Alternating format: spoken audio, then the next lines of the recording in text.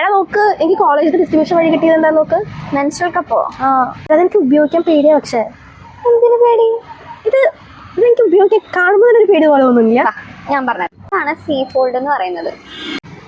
ഇതിനാണ് punch down fold എന്ന് പറയുന്നുണ്ടായിരിക്കും.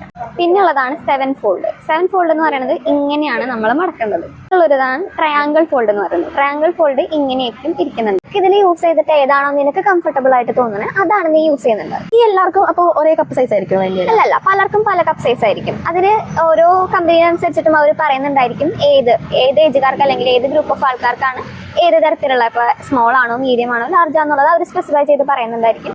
ഇത് ഉപയോഗിക്കുന്ന സമയത്ത് ഇത് ഉള്ളിൽ കയറി പോയിട്ട് പിന്നെ തിരിച്ചായിരിക്കാൻ സാധ്യതയുണ്ടോ? അതായത് ഉള്ളിൽ കയറി പോകാൻ ചാൻസ് ഉണ്ടോ? ഉള്ളിൽ കയറി പോവില്ല. അങ്ങനെ അത് നമുക്ക് സർവീക്സ് എന്ന് പറഞ്ഞിട്ടൊരു ഭാഗമുണ്ട് നമ്മുടെ യൂട്രസിന്റെ ഭാഗമായിട്ട്. അവിടം വരെ ഇത് എത്തുന്നുണ്ടായിരിക്കുള്ളൂ. സർവീക്സ് അപ്പോൾ ഇതിനെ ബ്ലോക്ക് ചെയ്തിട്ട് നിർത്തുന്നുണ്ടായിരിക്കും. അപ്പൊ ഒരിക്കലും അത് മുകളിലേക്ക് കയറി പോവില്ല. അപ്പൊ ആ കാര്യത്തിൽ പേടിക്കൊന്നും വേണം.